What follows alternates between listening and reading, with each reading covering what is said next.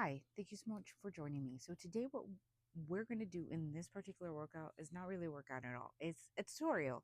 I'm going to teach you how to safely enter and exit shoulder stands and how to work on them at home. Basically, you're not if you've not been doing shoulder stands, if this is like your first time, you're still working on them, it might take you a little while. That's okay. It took me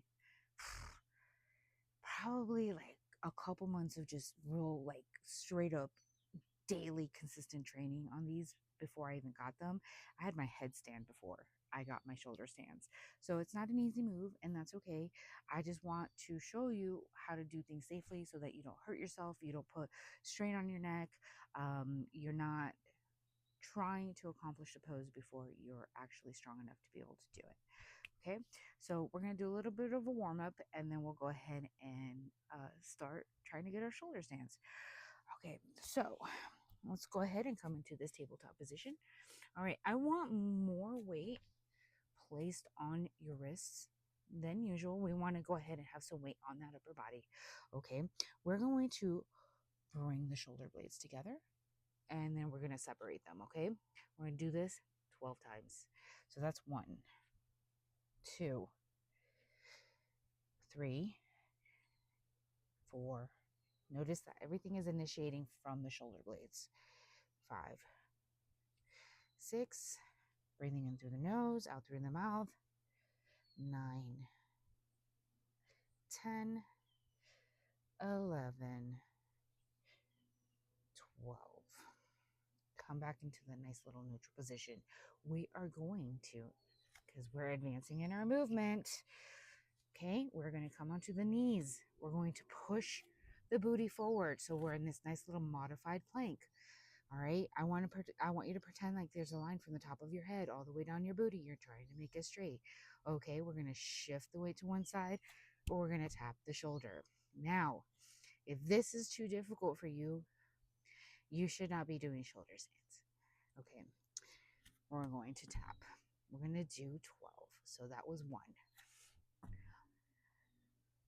6 on each side.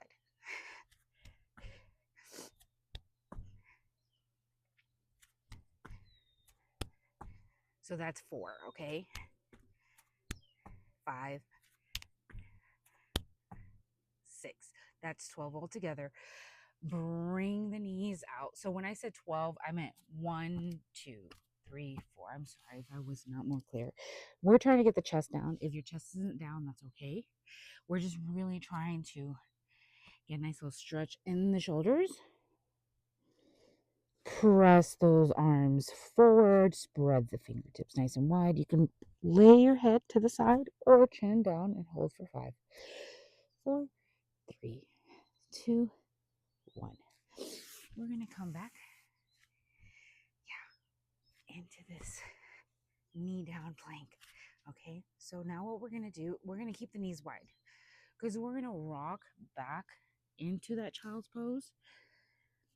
And then we're going to come forward and rock so that our shoulders come past our wrists. Okay, so that's going to be 1. We'll do 6, 2. Try to get the pelvis down. 3, 4, 5, 6. Okay, come back into that nice winding child's pose and hold for 5, 4, 3, 2, 1. One last exercise for our warm up. So hopefully you did the last workout, which was, I think it was number 4 in the series, where we start coming into this bridge position. Okay, you're going to have your shoulders pinched underneath you. You can have your feet flat, that's fine. Palms facing down. Actually, no, palms facing up. And then we're gonna roll to one side, and then we're gonna roll to the other side. I just want you to place some weight on that shoulder to get it warmed up for what we're gonna be doing next. So this is 2. We're gonna do this 6 times. I'll move back so you can see me better. Okay, 3. And you can place your hand down once you start getting a little bit more range of motion in this position. Notice that my legs are kind of pushing me, propelling me to go over. Okay, we got one more.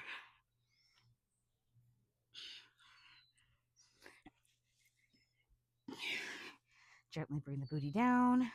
Give yourself a hug. Rub your shoulders a little bit if they're a little sore. Okay. Hydrate.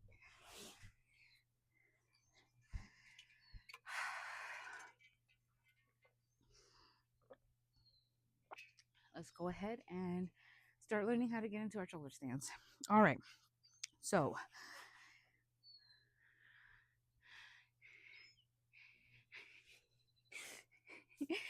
they always surprise me when they get really close. All right. So every instructor has a different entrance into shoulder stand, and none of them is wrong. You just have to figure out which one works best for you. So the first time I ever learned shoulder stands, I learned straight arm. You want to make sure in every position, you want to make sure that your fingers are flayed open and that your wrist is pushing against the ground. Okay. I like to start in this nice little straddle position. If you did the last workout, then you remember the tripods that we were doing. We're coming into the tripod position, right? So your arm can be here. Your arm can be here. Your arm can be here. Find what works for you. I learned from one of my mentors to do this. This does not work for me. This works for me. Okay. What you want is to make sure that this hand is here, not here, but here. And the reason that I do put my hand here is because it gives me much better leverage to push from the floor, makes the weight distribution even in the tripod. Okay. So what you want to do is you want to make sure that the weight is on the shoulder. Okay. So I'm going to come here.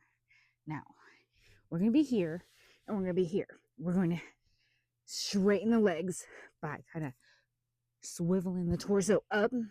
All right. This arm, you can straighten it and see how that works. You can bend it, bring it forward. Okay. Play with it. See how it feels. We're going to come up into this position. Okay. See how my head is still able to move. Now, what I'm trying to do in this position is get the booty up over the shoulder, and I'm still able to swivel my head. Okay. We're going to come out of that. Come back. Check the other side. We're in a nice little stag position, bent or straight arm, depending on what feels good to you. This arm right in front of the chest. Another reason we do it this way is to make sure that people can see your face. Let's say you're performing and you're doing a shoulder stand. They can't see your face if your hand is over here. So I'm gonna bring it here. We're gonna come down, okay? Everything's making contact with the floor. The wrist is pushed down against the floor, okay? We're going to straighten the legs and we're gonna come into this straddle position. Head can still swivel, okay? Your weight is on your shoulder. And then we're gonna bend the legs, bring them back. That's how you're gonna start trying to get into shoulder stand. Now, I can deadlift into a headstand. I cannot immediately deadlift into a shoulder stand. I need a little bit of a kick, and that's okay as long as you're able to control it. You can give yourself a little bit of a push off the ground, but only if you can control where it goes. Okay, so bent arm or straight arm, depending on what feels good to you. Wrist pushed against the ground, hand down. You're pushing, pushing, pushing. Okay, we're going to bring those feet out. We're going to straddle, straddle, straddle, straddle. Okay, try to get.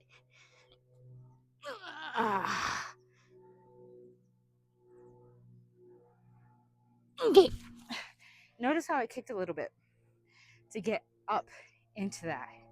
But you notice that the moment that I kicked, I was able to hold the shape.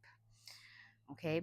And the only way that you're going to be able to do that is by working on your core. The this particular series that I've been working on has core exercises. These things. These things. This is what's going to help you push up into that shoulder stand and hold it. Working on enhancing the strength in your lower core. Then you enhance the strength in your upper body, and your shoulders so that they can hold you up. You're actively pushing the floor away with this and with this. Everything is stacked over this, okay, not this. All right, so let's try one more time. Let's try on the good side, but we're always going to go back and try on the side that always needs work. By the way, we're all asymmetrical beings. We don't do everything on both sides throughout the day. We don't do the same things. So having asymmetry is perfectly normal. All right, we're coming back into the stack position. Your shoulder comes down, you're pressing away. You're going to be able to swivel your head. We're going to straighten the legs, bring them out into the straddle. Okay, here, you're making sure that all the points of contact are on the ground. You're able to swivel your head because you don't have really any weight there. All right, you're going to focus on this foot, this one. Okay, you're going to look at it. You're going to allow for it to hang out on this arm. All right, then you're going to give yourself a little push with the other leg. I'm fatigued, so I need to take a minute. But that is what you want to work for. Okay. Does the leg have to be propped on that arm? No. If it makes it easier for you, go ahead and do that. So we're coming here. We're coming here. There we go.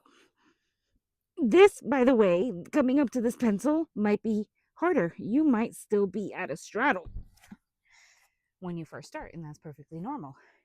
Now, notice when I come down, I do try to come down with control.